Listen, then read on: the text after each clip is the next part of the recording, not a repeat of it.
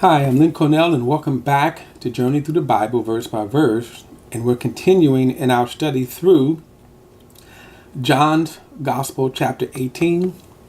And we're going to pick it up at verse 29. Now, just again, keep in mind from the last video, Jesus had been arrested, and he had went through two sort of pre-hearings. Okay? And this was really for the Pharisees to get their ducks in a row. And it wasn't because of a judicial issue. We're going to see this because it is because they have to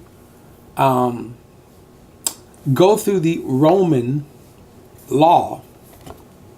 They have to go through the Romans to get approval to execute someone. Now, the Romans were very liberal, very generous to those they conquered, in that they would give them liberty. They would let them keep their culture sometimes and traditions and whatever they was at, as long as they remembered and knew that their culture and their laws or whatever was subject to Romans law.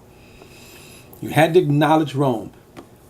And so the Pharisees here cannot just execute anyone on their own. They have to go through the Roman law. And thus, you find two questions that oftentimes come up. Who killed Jesus? Who was responsible for killing Jesus? And what you have is both the Romans and the Jews were responsible. The Jews set him up, lied on him, and then handed him over to the Romans. And the Romans carried out the execution. So now as Jesus, like I said, John doesn't really get into the details in terms of the trial itself, but they would use a statement Jesus made back in chapter 2 when he said, "Destroy this temple, and in 3 days I will rear it up," and they labeled that a blasphemous statement, worthy of death, one of the most ridiculous things you could have. But that's one of the justifications they use for proceeding on to crucify Jesus. So now they're bringing him before the governor, and they're kind of quite pressed on this too, as because they didn't want to enter into the, as I said, they wanted to be ready to keep pure for the Passover celebration. Verse 29, then Pilate came out to them and said, "What charge do you bring against this man?" They answered him, "If this man wasn't a criminal, we wouldn't have handed him over to you." And this is right away, Pilate knows they are full of it. Right away, because if you had a serious or legitimate charge, you would state it. This is a judicial proceeding. This is you just can't go into court. It would be this scene here. It would be the same as if I go into a court and the judge says, "What are the charges?" And then either the prosecutor, in this case, they're the prosecutor, say, "Well, if he wasn't a criminal, we wouldn't have brought him here." But you would get cited for judicial misconduct. But anyway, verse 31. So Pilate, and by the way, just a kind of a historic thing. Rome was always irritated by the Jews, and this didn't help their cause, by the way. And probably if we had been there, we probably would have saw Pilate roll his eyes. They just, okay. So, verse 31, and really Pilate didn't want to even deal with this. We can kind of get the feeling by reading this, he didn't even want to deal with this.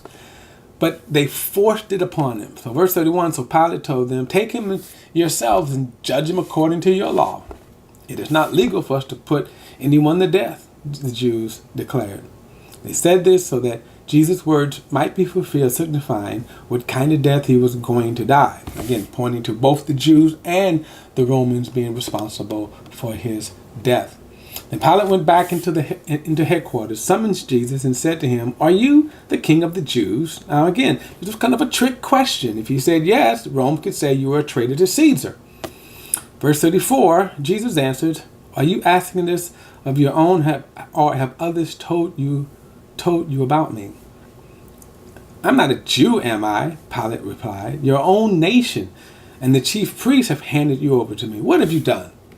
Verse 36, my kingdom is not of this world, Jesus said. If my kingdom were of this world, my disciples would fight so that I would not be handed over to the Jews. As it is, my kingdom does not have its origins here. Then you are a king, then, Pilate asked. You say that I'm a king, Jesus replied. I was born for this, and I've come into the world for this, to testify to the truth. Everyone who is of the truth listens to my voice. What is truth? Said Pilate. Now this is interesting. Pilate, again, we get the feeling that Pilate really doesn't know what's going on. That he really kind of like he's caught up, right, in the middle of something. He knows he's caught up. In fact, the other Gospels even say that Pilate will conclude and know that the Pharisees, the only reason why they have him here is because of their envy. But he's also in a political jam. Now, this is a very interesting statement or question that Pilate asked him. What is truth? Well, remember in John 17, Jesus answered the question. God's word is truth. But if you want a more clarification of it, truth is reality. And rarely do people really want to know the truth. Or rarely do people want to live and act in accordance to the truth. In this particular situation, you're going to see that despite what truth is, nobody wants to really act in accordance with that. They're going to still, Pilate, despite the fact, and we're going to see this, despite that there is no evidence to crucify Jesus, will then crucify Jesus. Okay? Now he said to Pilate, if everyone who is of the truth will hear the truth. Now, of course, remember Jesus had already addressed the Jews with this in chapters 6 through 8.